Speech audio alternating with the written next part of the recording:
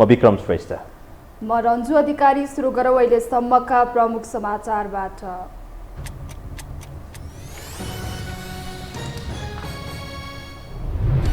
राष्ट्रपति निर्वाचनको मिति नजिकेसँगै राजनीतिक दलहरूको सक्रियता बढ्यो। पटक पटकको वार्तापछि पनि ओली प्रचण्ड बीच जुटेन सहमति। दलहरूको अडानले गठबन्धन धरापमा। एमाले अस्थिर राजनीतिक चरित्र देखाएको काङ्ग्रेसको आरोप। 10 दिनभित्र सत्ता समीकरण परिवर्तन हुने दाबी। पार्टीलाई चक्रव्यूहमा पार्ने प्रयास भइरहेको एमाले अध्यक्ष ओलीको जिकिर। संवैधानिक परिषद सम्बन्धी विधेयक फिर्ता लिने सरकारको निर्णय। पृथ्वी जयन्ती र जनयुद्ध दिवसमा बिदा दिने विषय पात्रोमै समेट्ने तयारी। राष्ट्रसङ्घद्वारा भूकम्पग्रस्त टर्कीका लागि $1 अर्ब जुटाउन विश्व समुदायलाई अपिल। पीडितको अवस्था दयनीय। टर्कीमा मात्र ज्यान गुमाउनेको संख्या 36,000 नाग्यो। र विश्वकप क्रिकेट लिग 2 को त्रिकोणात्मक सिरिजमा नेपालले स्कटल्यान्डलाई हरायो। दिपेन्द्र र कुशलको अर्धशतकीय योगदान। भोलि नेपालले नामिबियाको सामना गर्ने।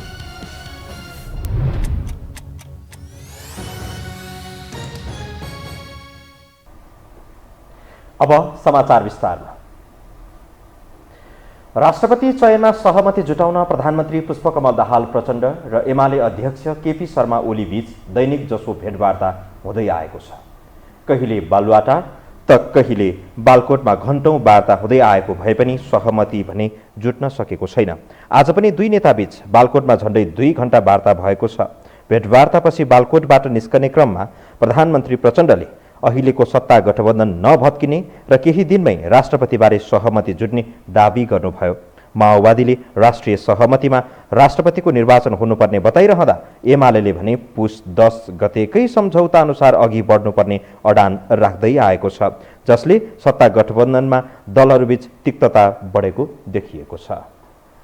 फागुन 25 को राष्ट्रपतीय निर्वाचन आउन मात्र 20 दिन बाँकी रहेका बेला दलहरू रस्साकसीमा छन्। राष्ट्रिय राजनीतिको मियो नै राष्ट्रपतिको निर्वाचनमा गएर रोकिएपछि प्रधानमन्त्री प्रचण्डको भूमिकाले काङ्ग्रेस ढुक्क छ भने एमाले थप दबावमा पर्दै आएको छ। एक रिपोर्ट।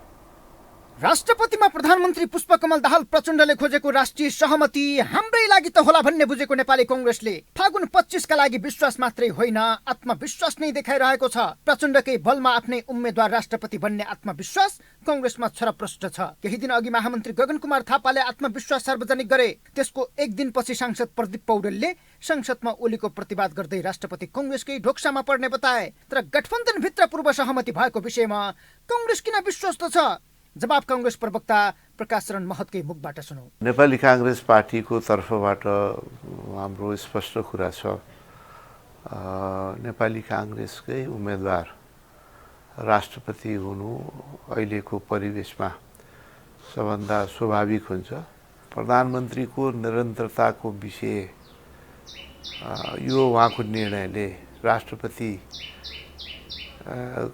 को उम्मेदवार कांग्रेसको तर्फ उम्मेदवारलाई समर्थन गर्दाखेरि त्यस्तो परिस्थिति आयो भने नेपाली कांग्रेसले यो हामीले जुन विश्वासको मत दिएको छौँ त्यसलाई निरन्तरता दिने हामीले गर्नुपर्छ। प्रधानमन्त्रीलाई विश्वासको मत दिएर राष्ट्रपति पाउने आत्मविश्वासमा रहेको कांग्रेसले माओवादीले आफूलाई सघाए प्रचण्डलाई 5 वर्ष प्रधानमन्त्रीमा टिकाउने प्रस्ताव समेत गरेको छ। जबकि पुस 10 मा सरकारको नेतृत्व गरेका प्रचण्डले 2.5 वर्षपछि एमाले अध्यक्ष ओलीलाई प्रधानमन्त्री छोड्ने सहमति गरेका छन्। तर विश्वासको मत दिएर ढोक्सा थापेको कांग्रेसले 5 वर्ष प्रधानमन्त्रीमा समर्थन गर्छौं भन्दै जाल हानेपछि प्रचण्ड जालभित्रको माछा बनेका छन्। अब जाल च्यातेर माछा उम्काउन एमालेका लागि सबैभन्दा कष्टकर भन्ने देखिन्छ, किनकि कांग्रेस माओवादी सहित नेकपा एकीकृत समाजवादीको उद्देश्य पनि कुनै पनि हालतमा एमालेको राष्ट्रपति नबनोस् भन्ने हो। यसका लागि एमाले विरोधी शक्तिहरू मूलतः प्रचण्डकै बाँकी निर्णय पर्खेर कदम चाल्ने नीतिमा छन्। हाम्रो कुरा के हो भनेर भन्दाखेरि प्रचण्डजीको मनोविज्ञान अहिले जसरी विकास भइरहेको छ, अब उहाँ त्यो मनोविज्ञानका निम्ति उहाँ मात्रै जिम्मेवार हुनुहुन्छ। प्रचण्डजी र ओलीजीको जुन त्यो चाहिँ सम्बन्ध छ त्यहाँ पनि चाहिँ आउनु पर्यो नि त, होइन? खटपट आउनु पर्यो, त्यो त मोहभङ्ग हुनु पर्यो। त्यस पछाडि नयाँ भन्न त मिलेन, त्यो पुरानै नै गठबन्धन चाहिँ फेरि बिउतानी खालको कुरा हुनु पर्यो। यो भइदिए हुन्थ्यो भनेर भन्ने हाम्रो कामना हो। कामनाले मात्र हुँदैन, यो चाहिँ कर्मले गर्ने कुरा हो र त्यो चाहिँ दैनिक चाहिँ हाम्रो पहल कदमीले पनि हुने कुरा हो। त्यसैले पहल कदमी हाम्रो बेसरी छ, शक्ति पुगेको छैन। बिहिबार बालुवाटारमा 2 घण्टा छलफल गरेपछि शुक्रबार पुनः प्रधानमन्त्री प्रचण्ड बालकोट पुगेर एमाले अध्यक्ष ओलीसँग छलफल गरेका थिए। उनको उद्देश्य ओलीलाई राष्ट्रिय सहमतिको दायरामा ल्याएरै छोड्नु थियो। तर छलफलमा फल नपाई मात्र छल गरिरहेका उनीहरूले प्रतिफल निकाल्न सकेनन्, किनकि एमाले अध्यक्ष ओलीले पनि बिना शर्त आफ्ना उम्मेद्वारलाई समर्थन गर्न प्रचण्डलाई दबाब दिइरहेका छन्। तर प्रचण्ड एमालेलाई दिएपछि राज्यको सम्पूर्ण कमान ओलीको हातमा हुने र राष्ट्रपति मात्र कठपुतली बन्ने आशंकामा छन्। बरु गठबन्धन बाहिरबाट राष्ट्रपति बनाए एमाले तत्कालै सरकार पनि नछोड्ने सम्मको विश्वास प्रचण्डमा छ। यसै कारण उनी कांग्रेसलाई सहज हुने गरी राष्ट्रपति चयनको पक्षमा उभिएका छन्। यदि यसो हुँदा एमालेसँग सम्पूर्ण रूपमा फस्नुभन्दा अर्को विकल्प हुने छैन। यो राष्ट्रिय सहमतिको आशय उद्देश्य चाहिँ एमाले माओवादी सहितका जुन 7 दलीय गठबन्धन छ त्यसलाई टुट्युनी भन्दा बाहेक अरू के पनि छैन के पनि छैन। यो कुरो दिनको घाम जतिकै प्रष्ट छ। यस्तो पनि कहीँ राष्ट्रिय सहमति हुन्छ? यो त नाटक हो नि। राष्ट्रिय सहमतिको नाममा मुलुकलाई अस्थिरतातिर लिएर जाने, मुलुकलाई भाँजौलीतिर लिएर जाने। विपक्षीहरूले प्रधानमन्त्री प्रचण्डलाई ओली प्रतिगमनकारी हुन् भन्दै झस्काइरहेका छन्। शुक्रबार बालुवाटारमै पुगेर जनमोर्चाका अध्यक्ष चित्रबहादुर केसीले प्रतिगमनकारीले टाउको उठाइसक्दा तपाईँ किन मौन भन्दै प्रचण्डमाथि प्रश्न उठाएका थिए। यता राप्रपा रासोपा लगायतका दललाई हातमा लिएर प्रचण्डलाई गठबन्धनभित्र एक्ल्याएका ओलीले आफूले छोड्नै परे लोसपाका महन्त ठाकुर र नेकपा यसका झलनाथ खनालका नाममा छलफल चलाउने एमाले भित्रै चर्चा छ। तथापि नाटकीय मोडमा प्रचण्डलाई प्रधानमन्त्री बनाउन भूमिका खेलेका ओली पुरानो 5 दलीय गठबन्धन बेउताउन प्रधानमन्त्री प्रचण्ड तयार रहेको भनाई विपक्षीहरूबाट सार्वजनिक भएपछि झस्किएका छन्। जसरी यसअघि कांग्रेसले फागुन 10 मै गठबन्धन भत्काउन गरेको ठुकुवाले ओली झस्किएका थिए। यो हो टेलिभिजनका लागि सन्तोष बिके थापा, काठमाडौँ। नेपाली कांग्रेसका प्रमुख सचेतक रमेश लेखकले अबको 10 दिनभित्र नयाँ राजनैतिक समीकरण बन्ने दाबी गर्नुभएको छ। आज सिंहदरबार स्थित पार्टीको संसदीय दलको कार्यालयमा पार्टीले गरेको कानुनविदहरूसँगको छलफल कार्यक्रममा बोल्दै उहाँले अबको हप्ता 10 दिनभित्र नै नयाँ राजनैतिक परिस्थिति सिर्जना हुने सम्भावना रहेको बताउनुभयो। उहाँले एमालेले धेरै अधैर्य र अस्थिर राजनीति देखाएको बताउनुभयो। एमाले संसद विघटनको चाहना राखेर अघि बढ्ने पार्टी भएको उल्लेख गर्दै उहाँले संविधानको रक्षा, व्यवस्थाको सुदृढीकरण र संविधानको सार्थक कार्यान्वयनसँग जोडिएका पदमा कांग्रेसको स्वाभाविक दाबी रहने बताउनुभयो। एमालेको चाहिँ त अत्यन्त ज्यादा अधैर्य, अस्थिर राजनीति देखिराखेका छ। त्यसले उहाँहरू ज्यादै विचलित स्थिति भइराखेका छ। त्यसको कारण के हो मलाई थाहा छैन। त्यसको उहाँहरूको विचलनले नै के देखाइराखेका छ भने अहिलेको सत्ता गठबन्धन अस्थिर छ भन्ने कुरा देखाइराखेका छ। प्रमुख सचेतक लेखकले कांग्रेस राष्ट्रपतिका लागि सकारात्मक र आशावादी रहेको उल्लेख गर्नुभयो। अब बाँकी समाचार। सत्तारूढ प्रमुख घटक नेकपा एमालेका अध्यक्ष केपी शर्मा ओलीले आफ्नो पार्टी विरुद्ध चक्रव्यूह रच्ने प्रयास भइरहेको टिप्पणी गर्नुभएको छ। अध्यक्ष ओलीले स्वास्थ्य प्रतिस्पर्धा गर्न नसक्ने राजनैतिक शक्तिहरूले अहिले पनि आफ्नो पार्टी विरुद्ध चक्रव्यूह रच्ने प्रयास गरिरहेको भन्दै त्यसलाई तोडेर अघि जानुपर्ने अवस्था रहेको बताउनुभयो। आज ललितपुरको च्यासल स्थित पार्टी केन्द्रीय कार्यालयबाट मिसन ग्रासरुट नाम दिएको 2 महिने पार्टी सुदृढीकरण तथा विस्तार अभियानलाई भर्चुअली शुभारम्भ गर्दै उहाँले अस्वस्थ ढङ्गले चल्ने राजनैतिक दलहरूलाई पराजित गर्ने गरी तयारी गर्न पार्टीका नेता कार्यकर्तालाई निर्देशन समेत दिनुभयो। 50 ओभरको मिसनबाट हामी आगामी निर्वाचनका लागि जुट्न थाल्नेछौँ। त्यसै कारण यो मिसन ग्रासरुटबाटै आगामी मिसनका लागि हामी तयारी गर्दैछौँ। यो त 2 महिने अभियान चलाउँछौँ। यस 2 महिने अभियानले आगामी 4 वर्षको अभियान, आगामी 4 वर्षको अभियान कमसेकम यस 2 महिने अभियान निर्देश गर्नेछ। ओलीले आगामी 4 वर्षपछि हुने निर्वाचनमा 50% भन्दा बढी स्थानमा पार्टीलाई विजयी गराउने गरी पार्टीले मिसन ग्रासरुट अभियान सञ्चालन गरेको स्पष्ट समेत पार्नुभयो। राष्ट्रपतिमा राष्ट्रिय सहमति खोजेका दलहरू अब अन्तर्राष्ट्रिय सहमतिमै पुग्नुपर्ने बाध्यकारी अवस्थामा फस्दैछन्। हिजो राष्ट्रपति बन्नका लागि ओली, देउवा र प्रचण्ड रिजाई मात्रै पुग्थ्यो। तर अहिले अन्तर्राष्ट्रिय सहमति नै चाहिने भएपछि दलहरू सङ्कटमा परेका हुन्। तथापि पछिल्लो समय आन्तरिक मतभेद नै सबैभन्दा जटिल बनेको छ। एक रिपोर्ट। पुस 10मा एमालेसँग भएको सहमति तोड्दै प्रचण्ड कङ्ग्रेसको कित्तामा उभिए एमाले के गर्ला भन्ने प्रश्न प्रमुख हो। एमालेसँग दुई विकल्प छन्, सरकारबाट बाहिरिने कि प्रचण्डको रोजाइलाई स्वीकार्दै गठबन्धनमै बस्ने। किनकि उसले राष्ट्रपति पाउने विषय थप कमजोर बन्दै गएको छ। तर यसको संकेत माघ 27मा बसेको संसद बैठक पछि नै पाएका ओलीले महन्तलाई संसद भवनबाट आफ्नै गाडीमा बसाएर बालकोट पुर्याएका थिए। किनकि भारतको पहिलो रोजाइ एमाले, कङ्ग्रेस वा माओवादी नभई मधेसका महन्त हुन सक्ने बुझाइ भारतीय विदेश मन्त्री विनय मोहन क्वात्राको नेपाल भ्रमण सकिए लगत्तै सतहमा देखिन थालेको छ। किनकि विगतमा आफैलाई विश्वासको मत नदिएर सरकार ढाल्न भूमिका खेलेका महन्तलाई अकस्मात ओलीले च्याप्न खोज्नु पक्कै सामान्य विषय होइन। यसकारण पनि महन्तका पक्षमा सहमतिको गन्ध आएको छ कि उनी भारतको पहिलो रोजाइ हुन्। विगतको राजनैतिक पृष्ठभूमि कङ्ग्रेससँग निकट भएकाले पनि उनको नाममा सहमति हुन सक्छ। मधेसवादी दलको पनि उनी साझा व्यक्ति बन्न सक्छन्। तर राष्ट्रिय सहमति खोजी भइरहेका बेला सबैलाई मिलाएर आफू राष्ट्रपति हुन सक्ने ताकत महन्तमा देखिँदैन। आफ्नै नाममा सहमति गराउन सक्ने व्यक्ति पनि लोप उन्मुख नै देखिन्छ। तथापि प्रधानमन्त्री नेतृत्वको नेकपा माओवादी केन्द्रले राष्ट्रिय सहमतिकै लाइनमा उभिएर जसरी पनि सहमति गर्ने बताइरहेको छ। हाम्रै नेतृत्वमा एउटा नयाँ राष्ट्रिय सहमतिको स्थिति सृजना भएको छ, त्यो वातावरण बनेको छ। राष्ट्रपति चयन गर्दा त्यो परिस्थितिलाई सम्बोधन गर्न उपयुक्त हुन्छ र आवश्यक हुन्छ भन्ने हाम्रो धारणा हो। त्यसो गर्दा प्रमुख प्रतिपक्षलाई समेत विश्वासमा लिएर उहाँहरूलाई पनि सम्बोधन गर्ने गरी राष्ट्रिय सहमतिको वातावरणलाई अझ सुदृढ गर्ने गरी अगाडि बढ्नु राष्ट्रपति चयनका सन्दर्भमा पनि सान्दर्भिक हुन्छ भन्ने हाम्रो धारणा हो। त्योभन्दा बढी हामीले के भनेका पनि छैनौँ र हाम्रो चाहना पनि त्यस्तो हो। तथापि एमाले नेताहरू सहजै अरूलाई राष्ट्रपति स्वीकार्ने पक्षमा छैनन्। अन्तिमसम्म पनि उनीहरू एमाले भित्रैबाट भए राष्ट्रिय सहमतिमा राष्ट्रपति नभए गठबन्धनकै बलमा एमालेकै उम्मेद्वारलाई जिताउन लागि पर्ने बताउँछन्। तर कङ्ग्रेसलाई समर्थन दिने माओवादीको सम्भावित निर्णयले एमालेहरूमा चिसो पसेको छ। यसै कारण पनि माओवादी कङ्ग्रेसलाई सघाउने अवस्थामा पुगे। एमाले के गर्छ भन्ने प्रश्न प्रधान बनेको हो। त्यो सम्भावना देखेको छैन।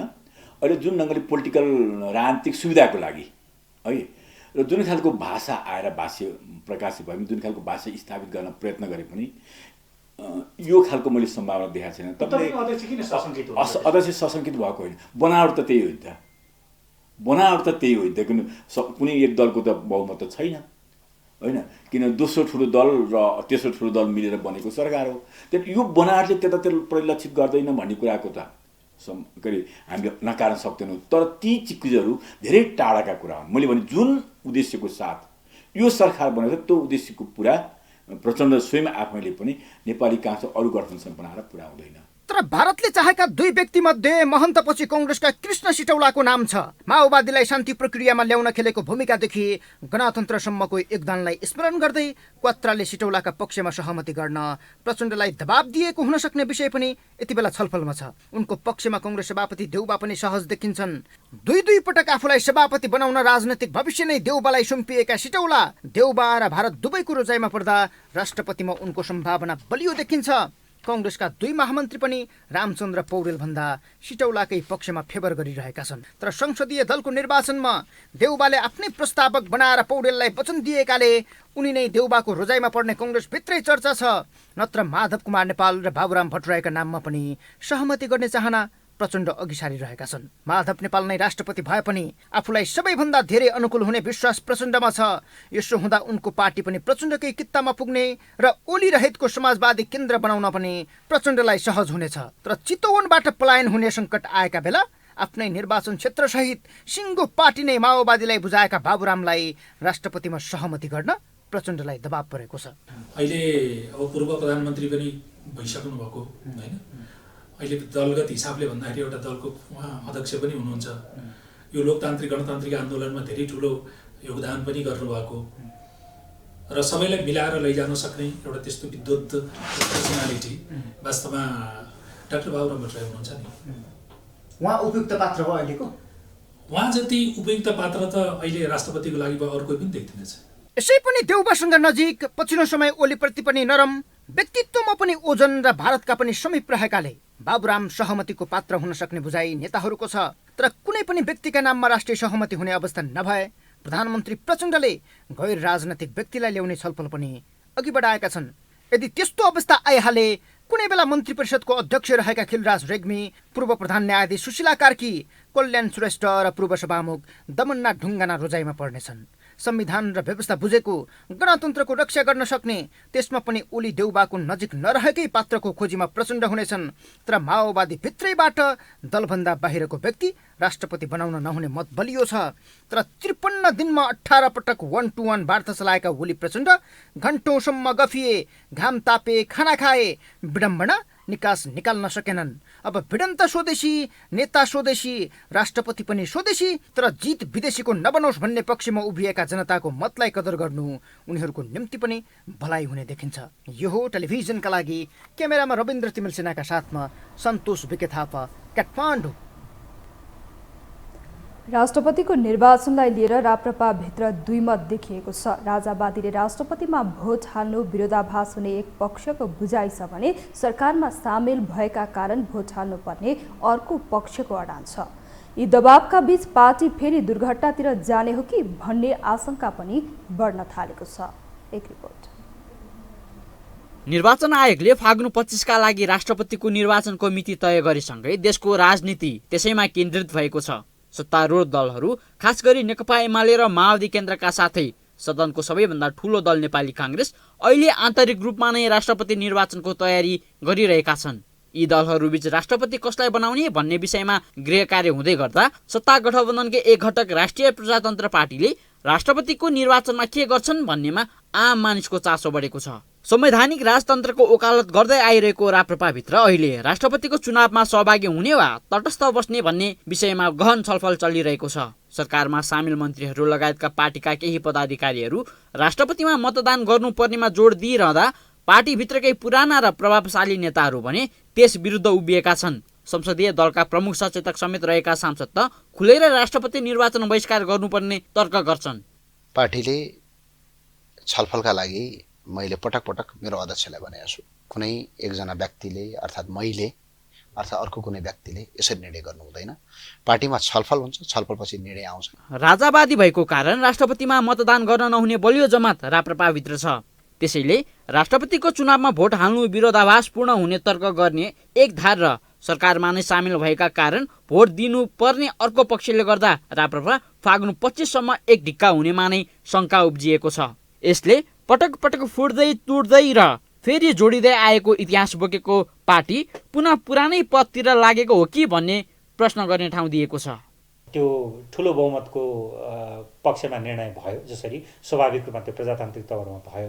अब त्यसको आधारमा यो पार्टीभित्र दुई लाइन छ अथवा त्यो पार्टीभित्र मतमतान्तर तीव्र छ भनेर निष्कर्ष निकाल्नु हुँदैन।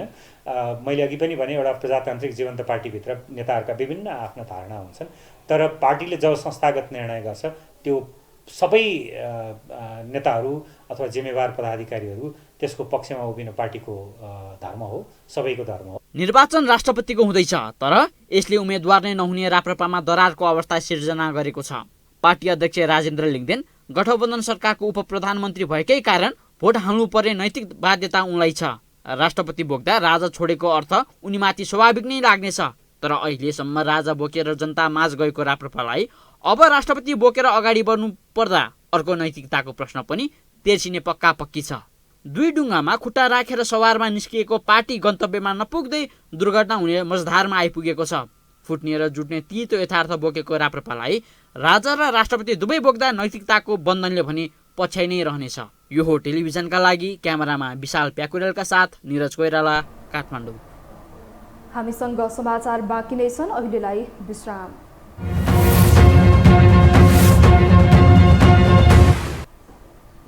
विश्रामपछि पुनः स्वागत छ। अब बाँकी समाचार। सरकारले संसदमा पेश भएको संवैधानिक परिषदको काम, कर्तव्य, अधिकार र कार्यक्षेत्र कार्यविधि सम्बन्धी पहिलो संशोधन विधेयक फिर्ता लिएको छ। फागुन 4 गते बसेको मन्त्री परिषदको बैठकले यस्तो निर्णय गरेको हो। शुक्रबार मन्त्री परिषदका निर्णय सार्वजनिक गर्दै सञ्चार तथा सूचना प्रविधि मन्त्री एवं सरकारका प्रवक्ता रेखा शर्माले संसदमा पेश भएको संवैधानिक परिषद काम कर्तव्य अधिकार र कार्यक्षेत्र कार्यविधि सम्बन्धी पहिलो संशोधन विधेयक 2079लाई 10 गते बस्ने प्रतिनिधि सभाको बैठकमा पेश गर्ने गरी फिर्ता लिएको बताउनुभयो। त्यस्तै सरकारले पृथ्वी जयन्ती र जनयुद्ध दिवसमा बिदा दिने सहितका समग्र बिदाको विषय भदौसम्ममा पुनरावलोकन गर्ने निर्णय गरेको छ। परिषद काम कर्तव्य अधिकार र कार्यक्षेत्र कार्यविधि सम्बन्धी पहिलो संशोधन विधेयक 2079 संशोधन पेश भएको थियो।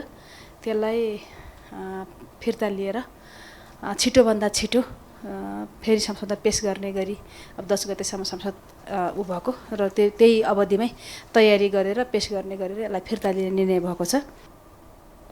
प्रवक्ता शर्माले सरकारले नेपाल इन्जिनियरिङ परिषद अध्यक्ष पदमा इन्जिनियर डाक्टर पदमबहादुर शाही, उपाध्यक्षमा इन्जिनियर डाक्टर विकास अधिकारी र सदस्यमा इन्जिनियर डाक्टर रेशमा श्रेष्ठलाई मनोनयन गरेको बताउनुभयो। चुनावपछिको नयाँ सरकार बनेसँगै आम जनतामा केही राम्रो काम हुने आशा अपेक्षा पलाएको थियो। वैकल्पिक शक्तिहरू सरकारमा सामेल भएकोले पनि सुरुवाती चरणमा जनताहरू निकै उत्साहित थिए। तर सरकारले आम जनताको समस्या सम्बोधन गर्न नसकेपछि उत्साहित जनता दिन प्रतिदिन निराश बनिरहेका छन्। एक रिपोर्ट। सरकार गठन भएको झण्डै 2 महिना पुग्यो। तेस्रो कार्यकालमा मरेरै भए पनि परिणाम दिने उद्घोष गरेका प्रधानमन्त्री पुष्पकमल दाहाल प्रचण्ड र जनताको विश्वास बोकेर उदाएका नयाँ शक्तिहरूको सहकार्यले जनता उत्साहित पनि थिए। तर समय बित्दै गएसँगै सरकारप्रतिको त्यो विश्वास पनि मर्दै गएको छ। सरकारले हात हालेको थुप्रै काम नतिजामुखी हुन सकेको छैन। इतिहासकै बलियो भनिएको सरकारको 2 महिना नकर्दै आलोचना हुन थालेको छ। सत्ता पक्षमा रहेका पार्टीकै सांसदहरू पनि सरकारको कटु आलोचक बनेका छन्। यो देशमा सरकार छ या छैन? यदि सरकार छ भने प्रधानमन्त्री निवासभन्दा जम्मा 3 किलोमिटर अगाडि लुटपाट हुन्छ, प्रहरी निकम्मा भएर हेरिरहेको छ। यदि सरकार छ भने आज दिनहाडै लुटपाट हुन्छ। सरकार छ भने करोडौँ लगानी गरेका व्यवसायीहरू किन डुब्दैछन्? यदि सरकार छ भने हामीले मजदुरका लागि किन ऐन बनाउँदैनौँ? यदि सरकार छ भने आज प्रहरीलाई निकम्मा बनाउने आज को हो? र अर्को कुरामा आज सम्माननीय सभामुख महोदय भन्न चाहन्छु, यो देशमा नेपाल सरकारको गृह मन्त्रालयको संयन्त्र छ, तर गृहमन्त्री किन खाली? प्रधानमन्त्री नै सबै मन्त्रालय हुने हो भने अरू मन्त्रालय किन बनाएको? सबका सब प्रधानमन्त्रीलाई मन्त्रालय दिएर खाली गरे भइगयो नि। किनभने देशमा लुटतन्त्र हाबी भएको छ। लोकतन्त्रका नाममा लुटतन्त्र गर्न पाइँदैन। सत्तामा नै रहेका सांसदहरू सरकारसँग रुष्ट बनिरहँदा नागरिकले पनि राज्यविहीन भएको महसुस गरेका छन्। व्यापारीको व्यापार छैन, भएका उद्योग कल कारखाना पनि बन्द गर्नुपर्ने अवस्थामा पुगेको छ। बैंकको ब्याजले उद्योगीहरू हायल कायल छन्। कृषकहरू पनि सडकमा नै छन्। जताततै समस्या नै समस्या भए तापनि समाधान दिने सरकार सत्ताको खेलमा छ। सदनबाट 99% भन्दा बढी विश्वासको मत पाएको प्रचण्ड सरकार पनि लोकप्रियताका लागि जनता झुकाइरहेका छन्। प्रधानमन्त्री भएको सुरुका दिनमा नै भारतबाट बढेरै आएको पेट्रोल पनि सस्तो लोकप्रियताका लागि मूल्य घटाएको सरकारले फेरि मूल्य बढाएर जनता झुक्क्याउने काम गरेको छ। अहिलेको सरकार सबै बिचौलिया भएको र सबमा पनि राजनीति गर्न नछोडेको गम्भीर आरोप लाग्न थालेको छ। अब अहिलेको सरकारमा हुने मान्छेहरू अब कसलाई हामीले गाली गर्ने, कसलाई दोष लगाउने, यस्तो व्यापारिक भएका छन्। यस्तो तपाईँहरूलाई भन्नै पर्दैन, मैले सुनाउनै पर्दैन। यहाँ राजनीति गर्ने व्यक्तिको म कहिलेकाहीँ यसो जानकारी राख्ने कोसिस गर्छु। जति पनि इन्स्टिट्युसनहरू छ शिक्षाका, त्यहाँ उनीहरूको लगानी छ। हेर्नुहोस्, जति पनि इन्स्टिट्युसन चाहिँ तपाईँलाई चाहिँ सरकारी उयोहरू छ, हस्पिटल भयो, प्राइभेट हस्पिटल छ, उनीहरूको लगानी छ। अनि त्यो व्यापार छ, त्यो व्यापारमा गएर आम जनताले पढाउनै सक्दैन। जुनै रोजगारी सिर्जनाको कुरा त परै जाओस्, देशमा झन् बेरोजगारी बढ्दै गएको छ। एक त देशमा श्रम पाउनै मुस्किल, पाइहाले पनि उधारोमा काम गर्नुपर्ने बाध्यता। यस्तो अवस्थामा आउँदा पनि मानव जीवनको दैनिकी प्रति भइरहेको सकसले सरकारलाई छुन सकेको छैन। यति सब हुँदाहुँदै पनि सरकारलाई भने प्रतिबद्धता व्यक्त गर्नमा भ्याइ नभ्याइ छ। वर्तमान सरकारले सामाजिक न्याय, सुशासन र समृद्धि आफ्नो मुख्य लक्ष्य बनाएको छ। चुनौतीपूर्ण अवस्थामा रहेको राजनीति र अर्थतन्त्रलाई सकारात्मक दिशा दिन, बदलिएको राजनीतिक व्यवस्था अनुरूप जनताको अवस्था बदल्न, देशका सम्पूर्ण विकास आयोजनाहरू तोकिएको गुणस्तर र तोकिएकै समयमा निर्माण सम्पन्न गरी समृद्धिको यात्रालाई तीव्रता दिन सरकार सङ्कल्प दृढ सङ्कल्पित छ। सरकारमा हुनेहरूमा सत्ता लोलुपता यति धेरै बढेको छ कि प्रधानमन्त्री प्रचण्ड आफ्नो काँधमा मन्त्रालयको चाङ लगाएर बसेका छन्। परिवर्तन र रूपान्तरण जस्ता मुद्दा बोकेकाहरू आफै विवादमा मुछिँदै गर्दा भुइँ मान्छेको दैनिकी फेरिन सकेको छैन। चुनावपछि फेरिएको गणतन्त्रको सरकारमै राज्यविहीन महसुस गर्ने नागरिकहरू जुन जोगी आए पनि कानै चिरेको भन्ने भनाइलाई व्यवहार त अनुभव गर्न विवश छन्। यो टेलिभिजनका लागि निरज कोइराला, काठमाडौँ। अब बाँकी समाचार। नेपाली कांग्रेसका महामन्त्री गगन कुमार थापाले संघीय शिक्षा ऐन तत्काल संसदमा पेश गर्न सरकारलाई दबाब दिनुभएको छ। पूर्व मन्त्री समेत रहनुभएका महामन्त्री थापाले चालु संसद अधिवेशनबाटै सो ऐनलाई पारित गर्ने आफूहरूको चाहना भएको पनि स्पष्ट पार्नुभयो। शिक्षा पत्रकार समूहले शुक्रबार काठमाडौँमा आयोजना गरेको एक कार्यक्रममा बोल्दै उहाँले कक्षा 11 र 12 को शिक्षामा अति राजनीतिकरण भएकाले त्यसलाई अनुगमन गर्नका लागि प्रदेशमा शिक्षा लोकपालको व्यवस्था हुने गरी कानुनी व्यवस्था गर्न उपयुक्त हुने प्रस्ताव समेत राख्नुभयो। उहाँले संविधानले दिएको अधिकार तलमाथि नहुने गरी कक्षा 12 सम्मको शिक्षालाई अगाडि बढाउनका लागि पनि सो लोकपाल प्रदेशमा बनाउने गरी कानुनी व्यवस्था गर्नुपर्ने तर्क समेत गर्नुभयो। त्यो चलाउन दिने गरिकन हामीले ऐनमा व्यवस्था गर्ने हो। अब शिक्षकहरूको केही कन्सर्न जब आयो, जुन विद्या सरले भन्नुभयो, त्यो विद्यालयको गुणस्तर सुधार गर्ने भन्दा पनि त्यो राजनीतिक आग्रहका आधारमा त्यो शिक्षकको सरुवा गरिदिने, त्यसको यति धेरै त्यो अधिकार कतिपय ठाउँमा दुरुपयोग भएको छ। शिक्षा लोकपाल भनौँ वा के भनौँ त्यसलाई, हाम्रो के शब्द खोजौँला हामी, त्यसको व्यवस्था गरेर सर्टेन कानुनी व्यवस्था गरिसकेपछि जुन कुराको कन्सर्न शिक्षकहरूले राखिराख्नु भएको हो त्यो कुरालाई सम्बोधन गर्ने गरिकन संविधानले दिएको अधिकार पनि तलमाथि नहुने, तर व्यवहारमा देखिएका जुन आग्रहपूर्ण व्यवहारहरू छन् त्यसलाई पनि कहीँ न कहीँ त्यसलाई नियन्त्रण गर्न सक्ने वा त्यसलाई न्यूनीकरण गर्न सक्ने हिसाबले गरिकन त्यस्तो खालको व्यवस्था कुनै हाम्रो कानुन र प्रदेशमा व्यवस्था गर्न सकिन्छ कि यसमा अलिकति छलफल गरौँ भन्ने कुरा चाहिँ मेरो टुङ्गाएको छ। कार्यक्रममा बोल्दै शिक्षाविद प्राध्यापक डाक्टर विद्यानाथ कोइरालाले संवैधानिक व्यवस्था अनुसार ऐनहरू तर्जुमा नभएकाले विद्यालय तहको शिक्षा सहज ढङ्गले अघि बढ्न नसक्ने अवस्था नरहेको बताउनुभयो। उहाँले निजी विद्यालयको सञ्चालनका सम्बन्धमा ठोस धारणा ल्याउन पनि ढिलाइ गर्न नहुने तर्फ सरकारको ध्यान आकर्षण गराउनुभयो। ऐनलाई हेर्नुभयो भने केन्द्रीकरणको आभास छ, नीतिलाई हेर्नुभयो भने जनवादी केन्द्रीयताको आभास छ, संविधानलाई हेर्नुभयो भने विकेन्द्रीकरणको आभास छ। पहिलो मनलाई अड्केको ठाउँ कहाँ, दोस्रो अड्केको ठाउँ कहाँ हो भनेदेखि निजी विद्यालय के गर्ने हो भन्ने किसिमको कुरामा एकदमै अन्यल भयो। यतातिर निःशुल्क शिक्षा भन्ने, अनिवार्य शिक्षा भन्ने, निजीले शुल्क दिने। शिक्षाविद कोइरालाले केन्द्रीकरणको आभास हुने खालका कानुनी व्यवस्थाका कारण विद्यालय तहको शिक्षा प्रभावकारी हुन नसकेको दावी समेत गर्नुभयो। पशुपति क्षेत्र विकास कोषले महाशिवरात्रिका लागि सम्पूर्ण तयारी पूरा भएको जनाएको छ। आज कोषका कोषाध्यक्ष नारायण सुवेदीले शिवरात्रिको लागि सबै तयारी पूरा भइसकेको बताउनु भएको हो।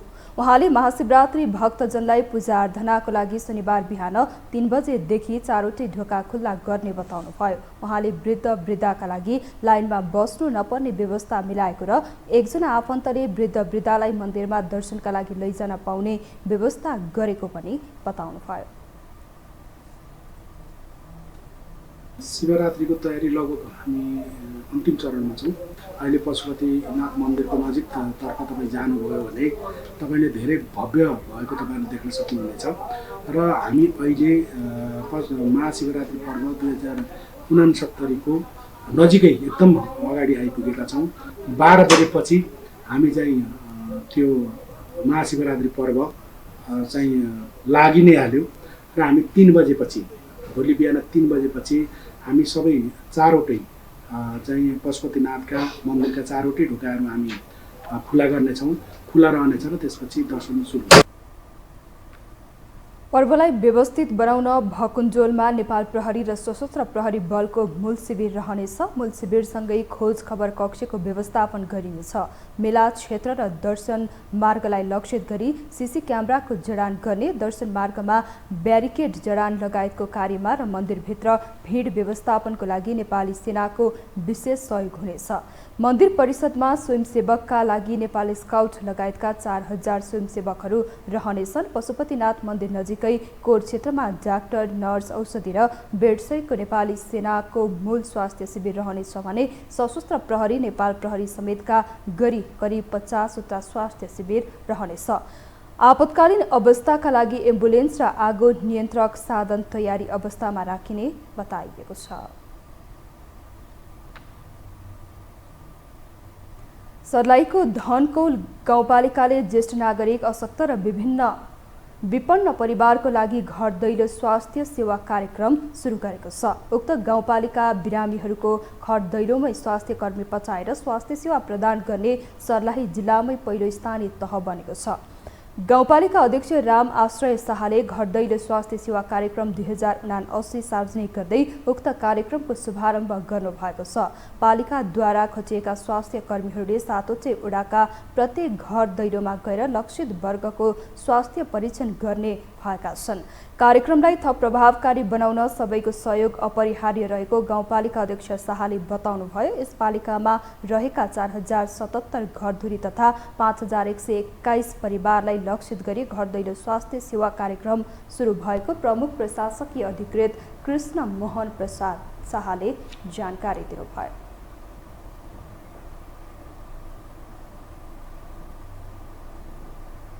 अब आर्थिक समाचार।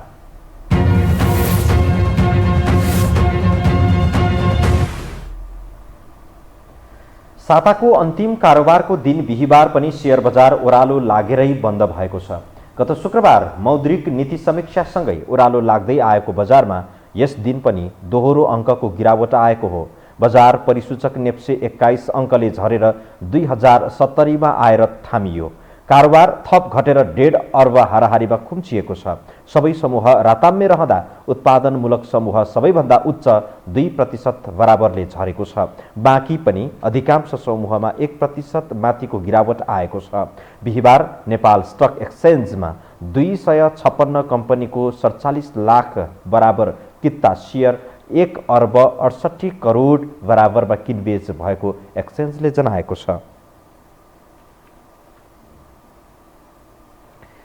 नेपाल राष्ट्रिय व्यवसायी महासंघले बैंकहरू विरुद्ध प्रदर्शन जारी राखेको छ। शुक्रबार उद्योगी व्यवसायीहरूको 9 वटा महासंघ र 38 वटा संघहरूले बैंकहरू विरुद्ध संयुक्त सडक आन्दोलन गरेका छन्। विरोध कार्यक्रममा बोल्दै नेपाल यातायात व्यवसायी राष्ट्रिय महासंघका केन्द्रीय वरिष्ठ उपाध्यक्ष सरोज सिटौलाले उद्योगी व्यवसायीहरूले सांसद मन्त्री बनाइदिन माग नगरेको भन्दै बैंकको आतंकलाई बन्द गर्न र व्यवसायीहरूलाई गरी खान दिन आवाज उठाइरहेको बताउनुभयो।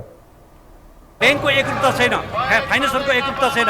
एउटाले 18% ब्याज दिइरहेछ, एउटाले 11% ब्याज दिएको छ, एउटाले 15-20% ल्याएको छ, कसैले 10% लिन्छ। त्यसकारणले यसलाई पनि एकरूपता हुनुपर्छ, ब्याङ्किङ एकरूपता हुनुपर्छ। र केही ब्याङ्कहरू मुठ्ठीभर केही ब्याङ्कहरूको अलिकति सेन्टिकेट छ होइन, नीति निर्माण तहमा पनि उहाँहरूकै पहुँच हुन्छ। ब्याङ्क वित्तीय संस्थाको चाहिँ लगानी छ। आज ब्याङ्कबाट सबै कालो लिस्टमा आउँदैछ होइन। कोही मान्छे नियतवश ब्याङ्क वित्तीय संस्थाको किस्तै तिर्दिन, ऋणै तिर्दिन भने त्यसको नियतमाथि खबरदारी। उद्योग र व्यापारमा रहेको सिन्डिकेटको अन्त्य, सबै उद्योगी व्यवसायीहरूको पहुँच सहितको बैंकहरूको ज्यादती विरुद्ध थप आन्दोलन गर्ने चेतावनी समेत व्यवसायीहरूले दिँदै आएका छन्। हामीसँग अन्तर्राष्ट्रिय र खेल समाचार बाँकी नै छन्। अहिलेलाई विश्राम।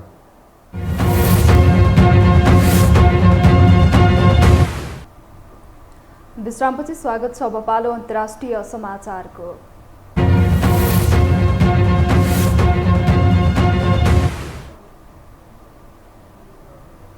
संयुक्त राष्ट्रसङ्घले भूकम्पग्रस्त टर्कीका लागि $1 अर्ब जुटाउन विश्व समुदायलाई अपिल गरेको छ। भूकम्पग्रस्त टर्कीको भ्रमण गर्नुभएका राष्ट्रसङ्घीय सहायता प्रमुख मार्टिनले टर्कीको अवस्था मृत्यु छियाछिया पार्ने खालको भएको बताउनु भएको हो। त्यसकारण भूकम्पग्रस्त टर्कीलाई करिब $1 अर्ब को सहयोग तत्काल जुटाउनु पर्ने उहाँको भनाइ थियो। भूकम्पबाट टर्कीमा मात्रै मृत्यु हुनेको संख्या अहिलेसम्म 36,187 पुगेको छ। सिरियामा 5,800 जनाको मृत्यु भएको पुष्टि भइसकेको छ। राष्ट्रसङ्घले 2 दिन अघि सिरियाका लागि $40 करोड सहयोग आवश्यक पर्ने जनाएको थियो। उद्धार कार्य अहिले पनि जारी रहेकाले उद्धार गरिएका मानिसहरूको स्वास्थ्य उपचार, बसोबास र राहतका लागि ठूलो रकम आवश्यक पर्ने राष्ट्रसङ्घले जनाएको छ। अब पालो खेल समाचारको।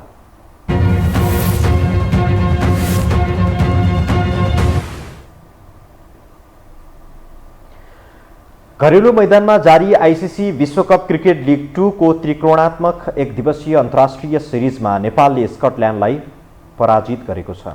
टियु क्रिकेट मैदानमा आज भएको खेलमा नेपालले लिग 2 को विजेता बनिसकेको स्कटल्यान्डलाई 3 विकेटले पराजित गर्यो।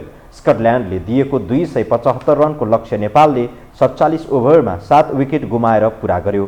नेपालको जितमा दिपेन्द्र सिंह ऐडी र कुशल मल्लले अर्धशतकीय योगदान दिएका थिए। त्यसअघि स्कटल्यान्ड विरुद्ध सन्दीप लामिछानेले 10 ओभरमा 27 रन दिएर 3 विकेट लिएका थिए। कुशल मल्लले 2 तथा सोमपाल कामी, दिपेन्द्र सिंह ऐडी र कुशल भुर्तेलले समान 1-1 विकेट लिएका थिए। जितसँगै 26 खेलमा 22 अङ्क जोडेको नेपाल 6औं स्थानमा रहेको छ। सिरिज अन्तर्गत नेपालले भोलि नामिबियासँग प्रतिस्पर्धा गर्नेछ।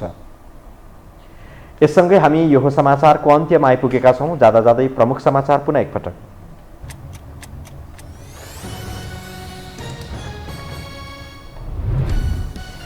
राष्ट्रपति निर्वाचनको मिति नजिकिएसँगै राजनीतिक दलहरूको सक्रियता बढ्यो। पटक पटकको वार्तापछि पनि ओली प्रचण्ड बीच जुटेन सहमति। दलहरूको अडानले गठबन्धन धरापमा। एमाले अस्थिर राजनीतिक चरित्र देखाएको कांग्रेसको आरोप। 10 दिनभित्र सत्ता समीकरण परिवर्तन हुने दाबी। पार्टीलाई चक्रव्यूहमा पार्ने प्रयास भइरहेको एमाले अध्यक्ष ओलीको जिकिर। संवैधानिक परिषद सम्बन्धी विधेयक फिर्ता लिने सरकारको निर्णय। पृथ्वी जयन्ती र जनयुद्ध दिवसमा बिदा दिने विषय पात्रोमै समेट्ने तयारी। राष्ट्रसङ्घद्वारा भूकम्पग्रस्त टर्कीका लागि $1 अर्ब जुटाउन विश्व समुदायलाई अपिल। पीडितको अवस्था दयनीय। टर्कीमा मात्र ज्यान गुमाउनेको संख्या 36,000 नाग्यो। र विश्वकप क्रिकेट लिग 2 को त्रिकोणात्मक सिरिजमा नेपालले स्कटल्यान्डलाई हरायो। दिपेन्द्र र कुशलको अर्धशकीय योगदान। भोलि नेपालले नामिबियाको सामना गर्ने।